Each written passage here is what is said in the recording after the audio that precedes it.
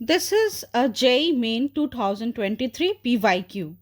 Which graph represents the difference between total energy and potential energy of a particle executing SHM, that is simple harmonic motion, versus its distance from mean position.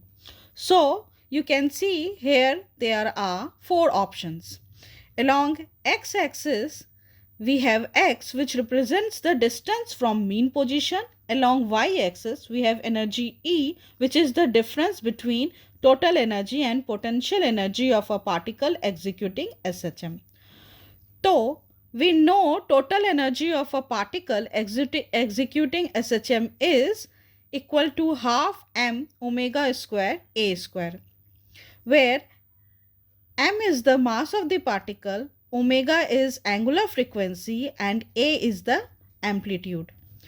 Potential energy of a particle executing SHM is equal to half m omega square x square, where x represents the distance from the mean position.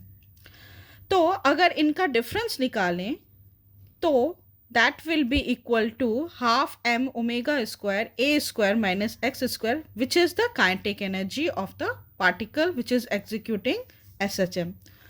तो ये difference जो है ये along y axis है और x जो है which is distance from mean position along x axis है, और ये डिफरेंस जो है वो काइनेटिक एनर्जी के बराबर है. मीन्स ये एनर्जी ई जो है वो रिप्रेजेंट कर रहा है काइनेटिक एनर्जी को, और ये एक्स जो है वो रिप्रेजेंट कर रहा है distance from the mean position. We know that kinetic energy is maximum at mean point. Mean point means x के जगह अगर ज़ीरो पुट करें तो जो काइनेटिक एनर्जी आएगा वो मैक्सिमम आएगा. मीन्स यहाँ पर काइनेटिक एनर्जी मैक्सिमम होना चाहिए जो ऑप्शन ए में दिख रहा है, और kinetic energy is zero at x is equal to plus minus a. जब इस इक्वेशन में हम x के जगह पे प्लस ए लिखें या माइनस ए लिखें, काइनेटिक एनर्जी जीरो आएगा.